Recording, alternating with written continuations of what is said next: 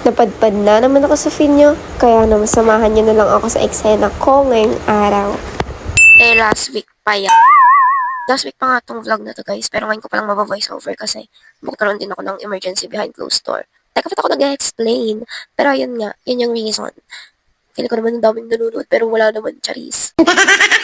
O siya, balik na tayo rito sa video na ito. Ayan, maagang gumayak yung babae na iyan na para bang early bird siya ngayong araw na ito. Madalang nga lang ako maging early bird mga guys, kaya swerte kayong makita yan. Charis! Ayun nga, kaya nga maaga akong pumasok ngayon kasi puro tulog lang ang gagawin ko sa minibus. Tada! Nakapunta na tayo ng TSU ng tulog. Keme! Alam naman mag-bake ako, be.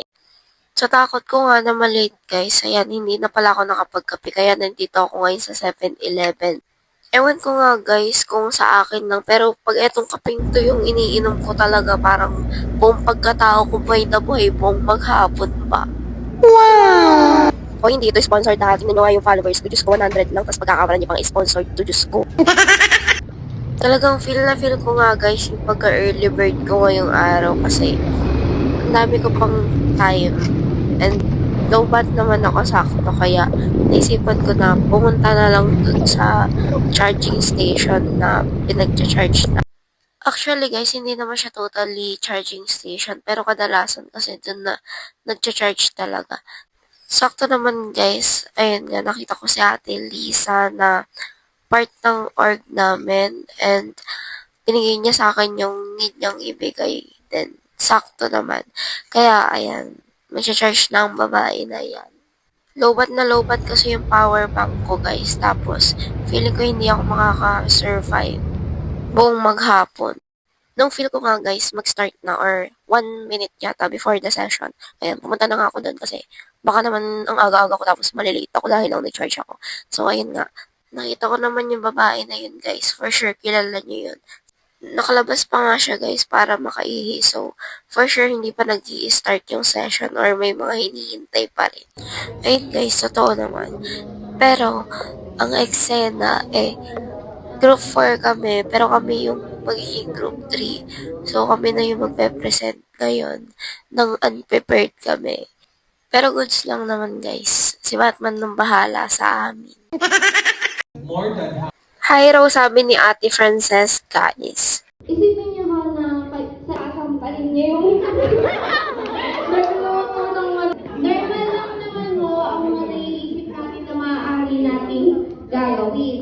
Kasi nga, tao lang din naman tayo, nagkakaroon tayo ng mga emosyon, ganyan. Pero hindi mo abana. Hi guys! Session 3 done. Hindi ko nga alam guys kung anong mga pinagsasabi ko roon. Pero at least nakasurvive na tayo, diba?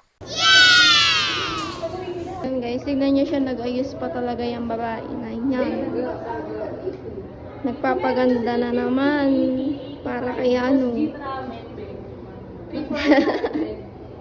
Dumaan naman kami guys sa CR para mag-picture-picture. Para umihi, syempre. And para na rin mag-retouch, ganun. Hulaan nyo naman guys kung saan kami niyan. Ayan, di ba? Ayan, nandiyan na naman kami sa City Walk na para bang may bago. Siguro attendance check-in tawag dito guys, na makikita nyo kami sa City Walk. Guys, may nanlalamang dito. Nabasa ko guys, sabi, saan mo gustong kumain? Sana all! Wala. Tignan niyo siya, oh, busy pa siya.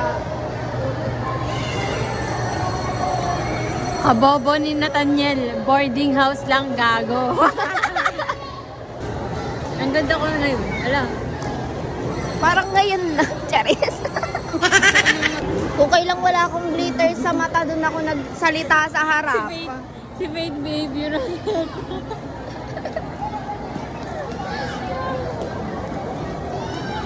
Diba sabi niya nga kanina? Yung example niya, kasi yung pinag-usapan namin about sa values. Ayun nga guys, pinagsalita ako sa harap.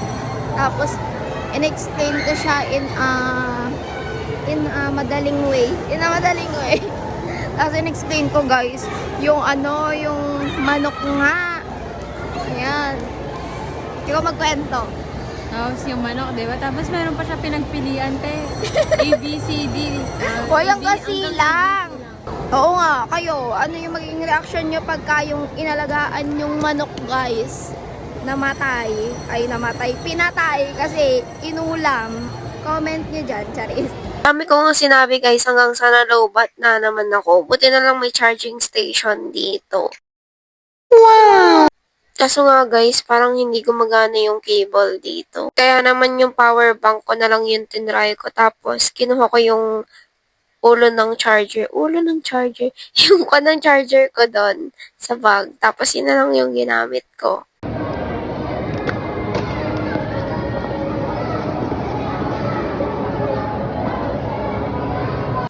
Gumana naman siya guys, and sa piso meron tayong 6 minutes.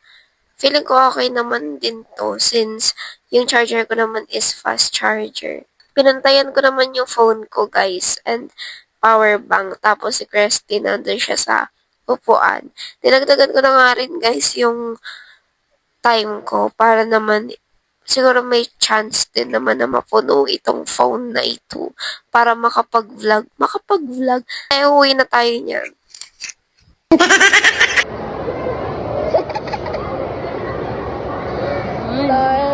Alis ka na. Oh, sige. Ingat ka na.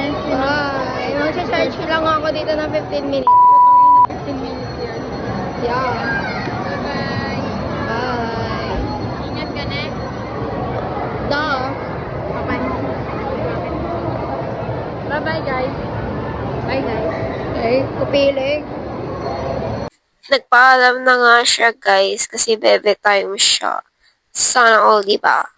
Natapos na nga guys yung 15 minutes and ayan, uuwi na rin tayo. Po. Bumili naman muna ako netong palamig. Here kami ngayon. Ala. Vlogger ka na, sis, ah. Ay, joke lang yun. Mag-hi ka na lang sa kanya. Sobrang unexpected nga guys kasi may nakasakay tayo sa minibus. Senior high friend siya guys and imagine almost 3 years na, di ba? Itong mayaman na nilibre ako.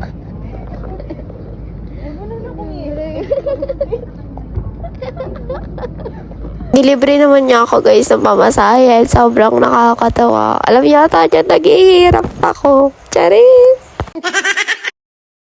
Sobrang nahihiya nga ako guys na nagpapalibre. Kaya medyo nahihiya din ako dyan. Pero mag-iinarty pa ba tayo, di ba? Since matagal nga kaming hindi nagkita guys, kaya matagal-tagal na chismisan ito. Kaya babay na. Baka marinig niyo pa yung mga pinagchichismisan namin. Eme! Ayun lang naman guys for today's video. Like and follow ng aking page. Thank you for watching. Bye!